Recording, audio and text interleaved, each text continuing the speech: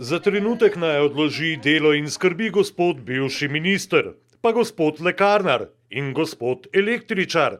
Dobra novica, 1 leto vam ne bodo rušili, odločbam o rušitvi navkljub, ampak to za vas niti ni novica, kaj ne? Ja, to noč sem prespal v gostilni Rožič pri prijatelju. Navadnemu državljanu brez dragih odvetnikov novica o moratoriju ne pomeni nič več, ker se ukvarja z iskanjem strehe nad glavo. In komu pri nas porinemo v roke odločanje, ko je črnograditelj kar okoljski minister?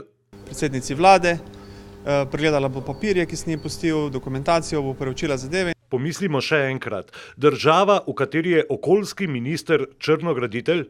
Zaradi dvomov v zvezi s statusom mojega objekta v občini Piran ne bi mogel uspešno voditi tega resorja, ki pa trenutno potrebuje številne korenite reforme.